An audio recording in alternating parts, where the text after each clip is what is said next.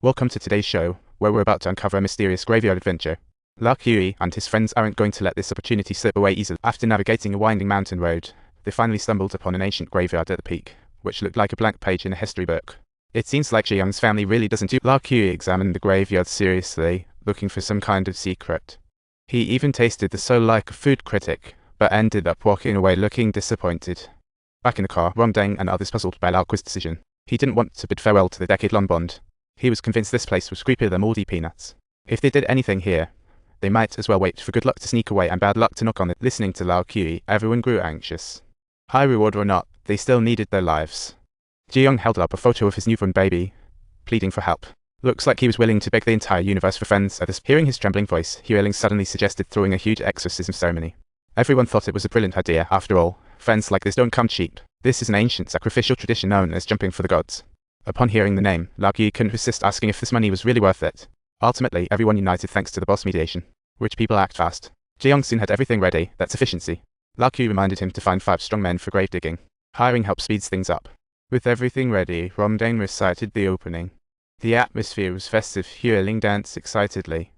As the grandson of the grave owner, Ji Young eagerly banged the grave with his shovel, as if starting a treasure hunt. This signaled a magical adventure. Huiling sliced with a knife, and 5 strong men dug like movie heroes on a mission. As time passed, a giant pit appeared before everyone. The workers who had been digging for ages suddenly saw the light, and with a bang, it was down. The sacrifice ended quickly. The workers left like performing magic. Lao Kui and Rongdeng excitedly dove into the pit. As soon as they landed, they immediately felt a chill, like being hit by a cold spring breeze. Lao Kui and Rongdeng examined the light, and Rongdeng was surprised to find it a royal luxury. But quickly removing the coffin was best.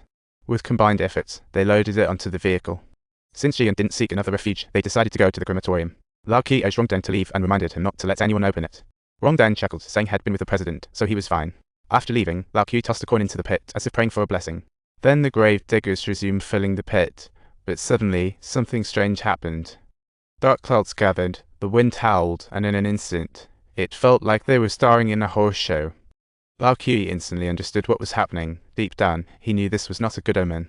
Out of nowhere, a torrential downpour hit, leaving him flustered like someone tripping on a banana peel mid-race. Lao Kui rushed over to Ji Young's car, seriousness dripping from his voice as he warned, rain on cremation day is a definite no-no. Otherwise, future generations might thrive but also end up in deep water. Lao Kui suggested sending the light to the morgue until the rain stopped. A wise choice, life is precious.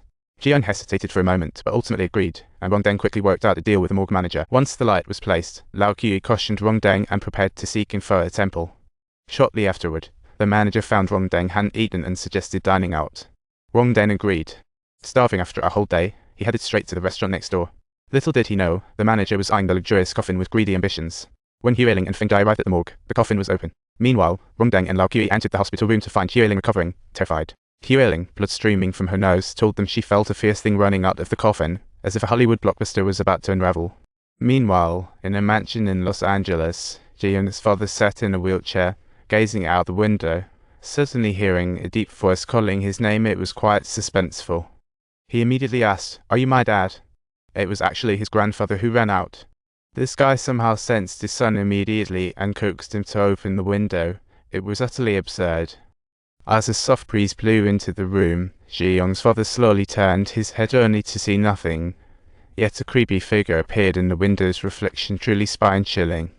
In a daze, he walked to the table, calling his father, when a deep, cool voice echoed, like a warning from another world. He complained about delicious food all around, yet too cold and hungry to reach.